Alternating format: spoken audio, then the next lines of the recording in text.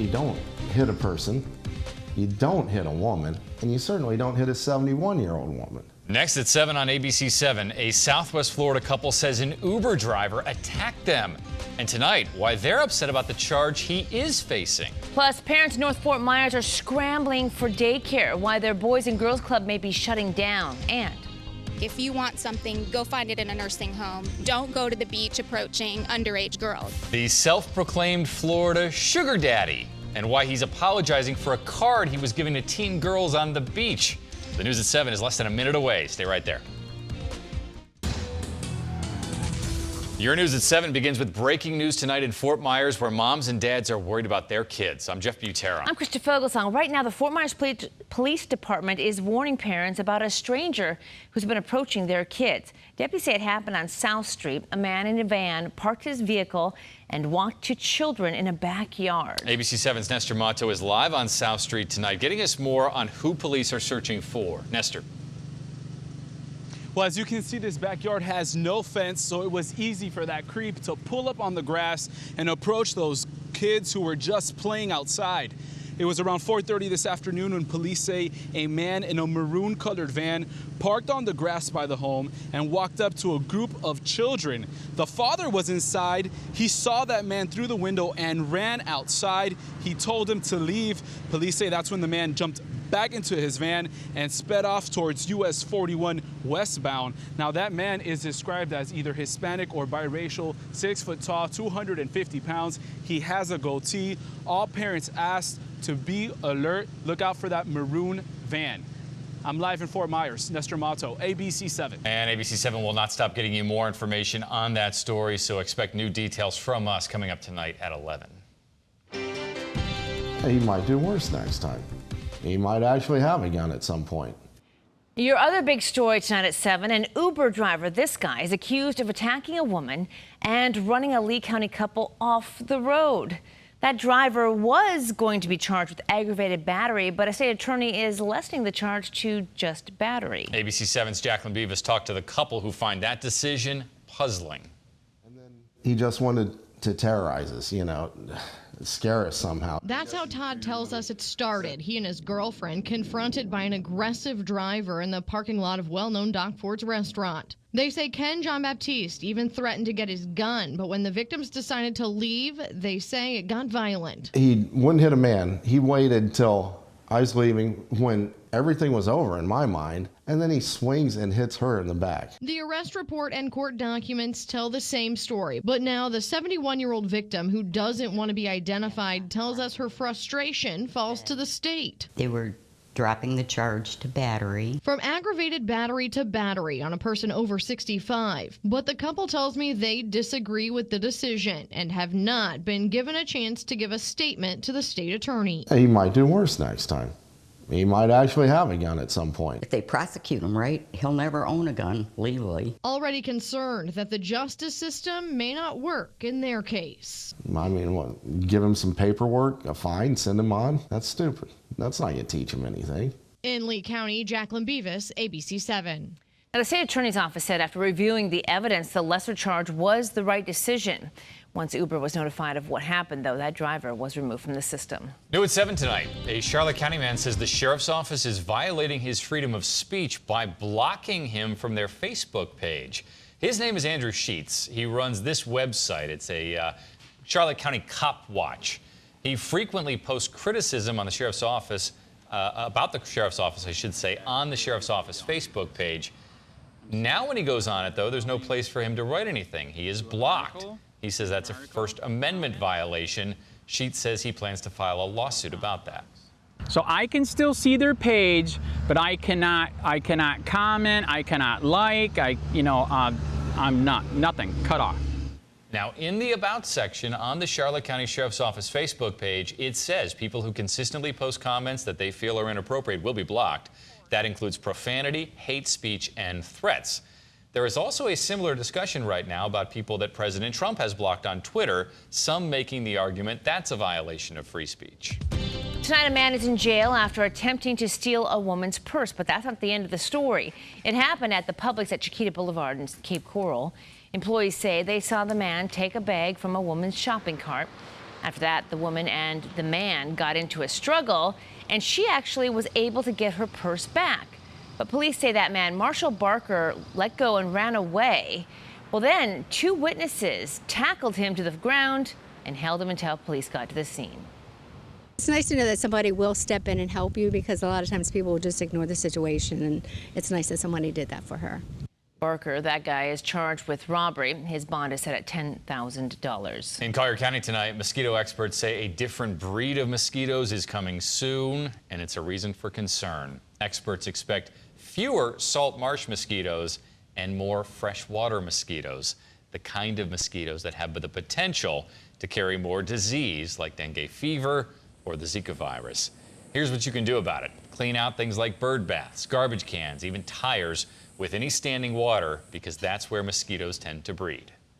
It's enormous. If we truly had a full community effort, we would probably have to do less than we do. Now, the weather this week stopped mosquito control from doing treatments earlier in the week, but they're starting back up again. A Cape Coral man is taking matters into his own hands, trying to get rid of iguanas by killing them. Green iguanas are not native to Cape Coral. They came here through an exotic pet trade. The man posted all these pictures of the invasive species. He took them out. Well, some of those posts led to some heated comments, but others are praising his actions. It's a growing problem, and that's why this guy is stepping up to the plate and should not be condemned about this. Absolutely. Because if he doesn't take care of it, I don't think anybody else will. Well, the man doing this says he is a lover of the outdoors and believes the iguanas are damaging the Cape's ecosystem. FWC officials say it is legal. The iguanas are not protected because they are invasive. The only thing that could be illegal is if they are treated inhumanely. Looking ahead tonight, we wanted to tell you about a fundraiser for a Lee County mother who was struck by lightning. Fort Myers Brewery is hosting that fundraiser for Megan Davidson 2 weeks from tomorrow. That's Friday, August 18th. Back in June of this year, Davidson got struck by lightning outside of her house. She was 9 months pregnant at the time with a baby boy named Owen. Sadly, Owen did not make it. Megan, though, is out of the hospital. She's doing okay. The fundraiser for her starts at 3 in the afternoon. New at 7, a warning tonight from deputies in Collier County. They say beware of the grandkid scam. The caller pretends to be a grandchild and asks for bail money, or the caller will actually pretend to be an attorney or a hospital worker and say your grandchild needs money to deal with an emergency. The crook then asks the victim to not tell other family members about what's going on because they don't want anyone to worry. Collier County deputies say if you run into this issue, contact their call before you pay hotline. That number's right there on your screen. Charlotte County deputies are worried about you buying and selling things online, so the sheriff's office is creating what they call e-commerce safe zones. They're for the time when you end up meeting a stranger who is buying something from you or selling something to you after you first talk about it online. They've put up these signs at district offices, and the promise here is that these particular areas are well lit and do have surveillance cameras, so you can feel comfortable meeting these people for those type of transactions. The Fort Myers Police Department also has a safe zone. It's in the east parking lot at department headquarters on Widman Way in downtown Fort Myers. That area is under surveillance 24 hours a day. If you don't want to meet in the parking lot, you can also use the department's lobby during business hours. In tonight's ABC 7 School Zone, parents in North Fort Myers are scrambling tonight to find after-school care for their kids. That's because the Boys and Girls Club had $14,000 cut from its budget. That's putting a strain on the after-school programs. ABC 7's Dave Elias talked to parents who are trying to figure out what they're going to do. A popular after-school safe place for children whose parents work. At least when I know that they're here, I know it's a very safe environment for them. That environment here at the Suncoast Club in North Fort Myers, no longer an option for parents like Don Armstrong. A major shock to me. A shock that the doors will remain locked this school year, all because of budget cuts. Right now, I'm not sure what I'm going to do. Alternative school care for single parents can be expensive, leaving few options. Well, that means my kids would be at home alone. They'd have to ride the bus. Now, the Boys and Girls Club is located just behind the North Fort Myers Academy of Arts. I talked with the principal today who tells me that the district is working to find out how many parents will be affected this year. They hope to know that by the weekend. Each year we've just tried to make it work, and this year it was putting the entire organization at risk. Shannon Lane is the Boys and Girls Club director. She said there was no choice but to lock the doors. A really tough business decision had to be made, and that's where we decided that the Suncoast Club would close this year, simply because we couldn't afford to float it any longer. Something Armstrong calls shameful. These are our kids. We'll blow it on a palm tree, but we're not going to invest into our future. That's wrong. For ABC 7, I'm Dave Elias. Boys and Girls Club is pleading with local businesses to help stay open this year. It also started a GoFundMe account for help. If you'd like to help out, we've put a link up on our website, abc-7.com. But let's get you more. After-school programs are important. They come with a lot of benefits. Studies show programs can boost academic performance, reduce risky behavior like drug use, and they can promote physical health.